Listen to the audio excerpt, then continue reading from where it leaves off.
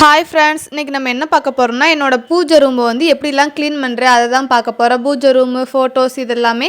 பூஜை ரூம்னா தனி அதுக்குன்னு ஒரு ரூமான்னு கேட்காதீங்க. தனியில் ரூம்லாம் அது கிடையாது.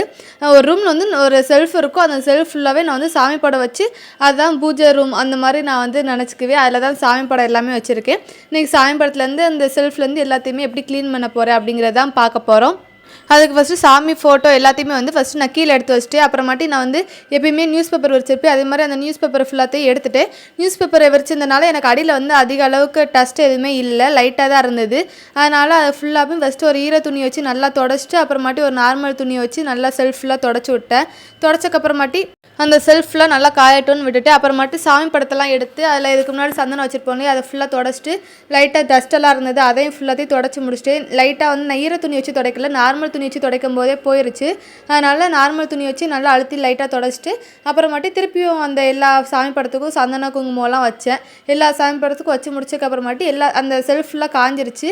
அதனால் நான் எல்லா சாமி படத்தையுமே அந்தந்த செல்ஃபில் கரெக்டாக எடுத்து வச்சிட்டேன். வச்சு முடிச்சக்கப்புறம் கீழே வந்து இந்த எண்ணெய் வைக்கிறது அப்புறமாட்டி அதுக்கு சாமிக்குள்ளே திங்ஸாக கொஞ்சம் நிறைய வச்சுருந்தேன். அந்த செல்ஃபையும் கடைசியாக தான் க்ளீன் பண்ணேன்.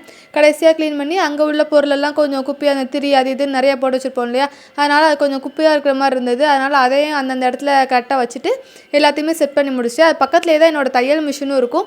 எப்பயுமே நாங்கள் வந்து தையல் மிஷின் மேலே என்னத்தையாவது போட்டு வச்சுட்டே தான் இருப்போம். தையல் மிஷின் தைக்கிற போது மட்டும் தான் எடுத்து வைப்பேன்.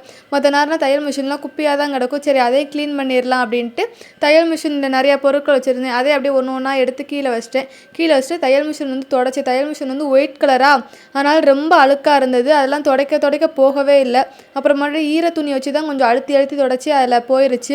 தையல் மிஷின் ஃபுல்லாக நல்லா ஃபஸ்ட்டு நார்மல் துணி வச்சு நல்லா தொடச்சிட்டு அந்த நிறையா தூசியாக இருந்தது அதனால் அதை ஃபுல்லாக தொடச்சிட்டு அப்புறமாட்டி ஈர துணி வச்சு எல்லா இடத்துலையும் நல்லா க்ளீன் பண்ணிவிட்டு அந்த அழுக்கெல்லாம் ஒயிட் கலர்னால பிளாக் கலரில் அழுக்கெல்லாம் நிறையா இருந்தது அது எல்லாமே நல்லா தொடச்சி விட்டக்கப்புறமாட்டி தையல் மிஷினே பார்க்க பளபளன்னு இருந்தது.